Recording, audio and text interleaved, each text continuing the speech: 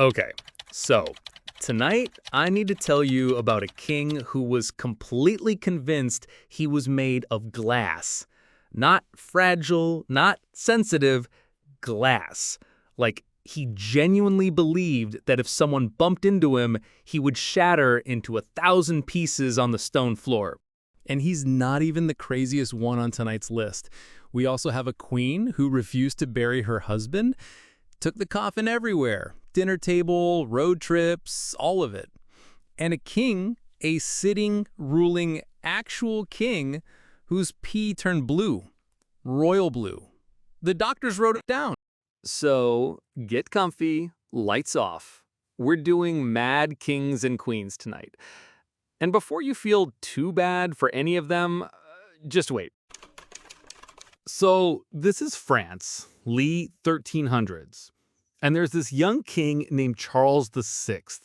He's maybe 20 years old, he cares about regular people, picks smart advisors, and everybody genuinely loved him. Like, actually loved him. They called him Charles the Beloved. Things were going pretty well. And then, 1392. He's riding through a forest near Le Mans with a group of knights. August, hot. Everyone's already a little on edge. Out of nowhere, a page boy drops a lance. Big, loud metal clang on the ground.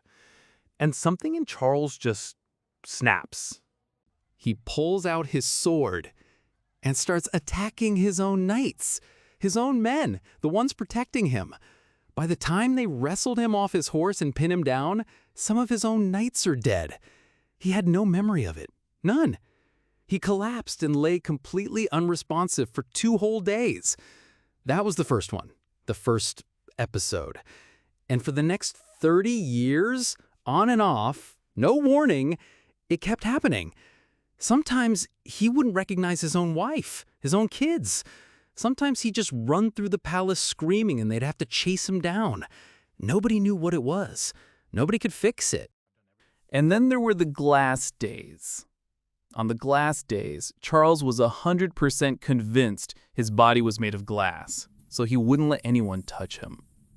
At all. Servants had to take their shoes off and tiptoe around him in bare feet so the vibrations wouldn't crack him.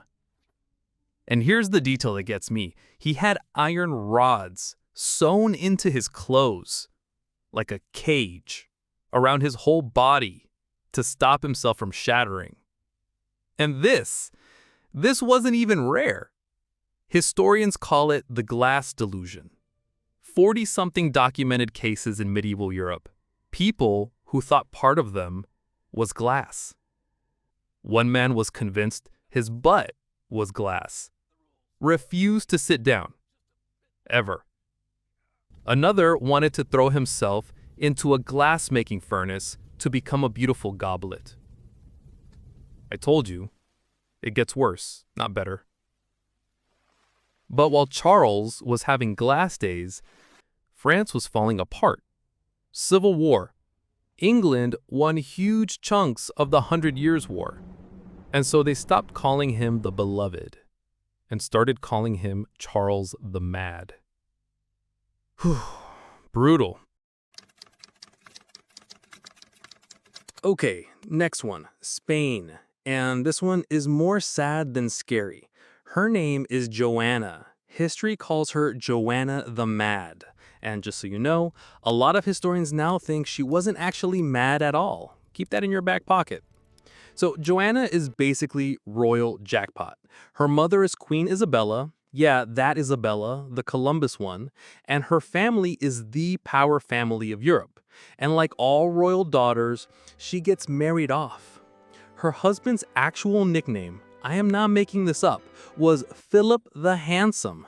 That was his whole brand. And Joanna fell completely, obsessively, irreversibly in love with him. The problem is, Philip the Handsome knew he was handsome.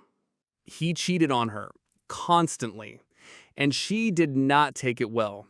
At one point, she allegedly attacked one of his mistresses and cut off the woman's hair. She was pacing the halls at night, not eating, not sleeping, And the men around her, her father, then Philip himself, were watching all of this very carefully. And they realized if Joanna looks unstable, they get to control her throne. Because Joanna was the rightful queen, the actual one. The power was hers.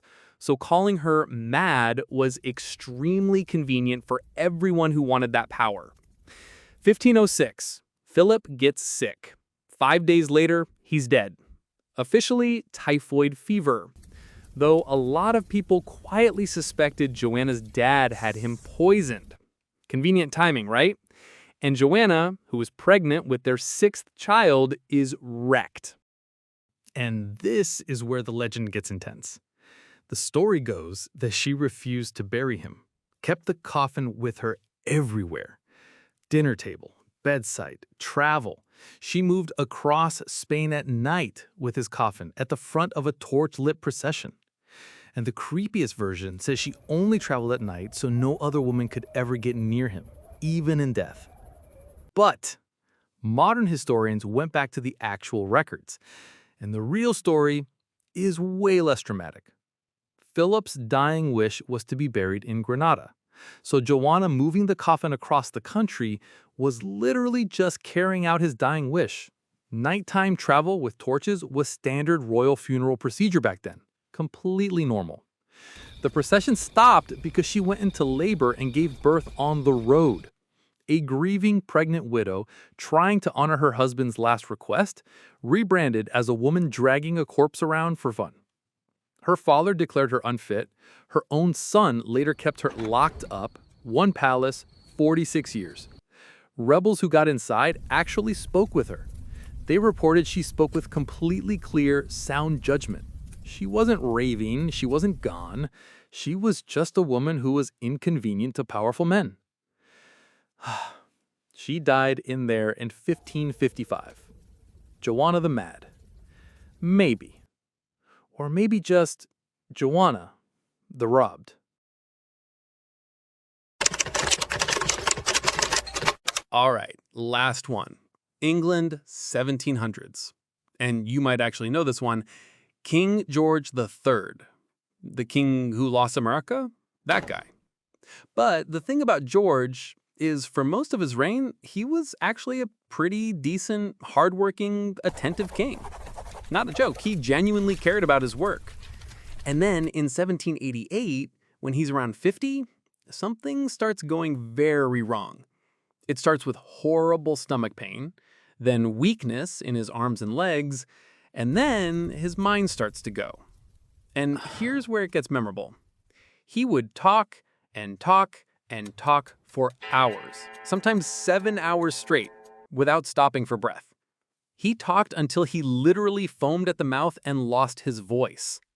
He became convinced he was the king of Prussia. Different country, completely unrelated, just Prussia. His wife, Queen Charlotte, was so terrified the first night it happened that she demanded her own separate bedroom. She kept repeating over and over, "What will become of me? What will become of me?" Honestly, fair. But the scariest part of this whole story wasn't the illness. It was the treatment. Because 1700s medicine for madness was basically torture with good intentions. They would tie the King of England down, bind him, gag him, strap him into a chair for hours at a time. The actual king, gagged and strapped down by his own doctors. Because that was the treatment. That was the help. And then there is the detail this whole story is famous for. His doctors wrote it down in formal medical notes that the king's pee had turned blue, royal blue almost, left a pale blue ring on the glass. The doctors wrote it down. And for a long time, people took this extremely seriously. There's a famous theory that George had a rare blood disorder called porphyria, and the blue pee was the key proof. It became so accepted that they literally made plays and films about it. The Madness of King George. Very respected, very convincing. And then newer researchers went back to check and went, hang on. Because George was being given a medicine made from a plant called gentian. Gentian, the one with the deep, vivid blue flowers. And gentian, it turns out, can literally turn your pee blue. So the big, mysterious medical clue that shaped the entire theory was probably just his own medicine the whole time. We still genuinely don't know what was actually wrong with him. Maybe bipolar disorder, maybe something physical, maybe both. What we do know is that the episodes came and went for years. And near the end of his life, George went blind from cataracts, probably deaf too. This powerful man who once ran an empire just slowly fading out, completely alone inside his own head. His son had to step in and run the country for him. And the king who lost America spent his final years not even knowing where he was. Just a man in a big empty room with a candle going out. So that's 3 of them. A king who thought he'd shatter, a queen locked away for being inconvenient, and a king whose biggest medical clue was just his own medicine. And the thing that gets me about all 3 of them is how little anyone around them actually understood what was happening. No real medicine, no real kindness half the time, just power and rumor, and people whispering the word mad. They were just people. Powerful, yeah, but still just people, dealing with something nobody around them could name. And I think about that a lot. Anyway, that's enough history to fall asleep to. If you made it this far, you're exactly my kind of person. Get some sleep. I'll have another one for you next week.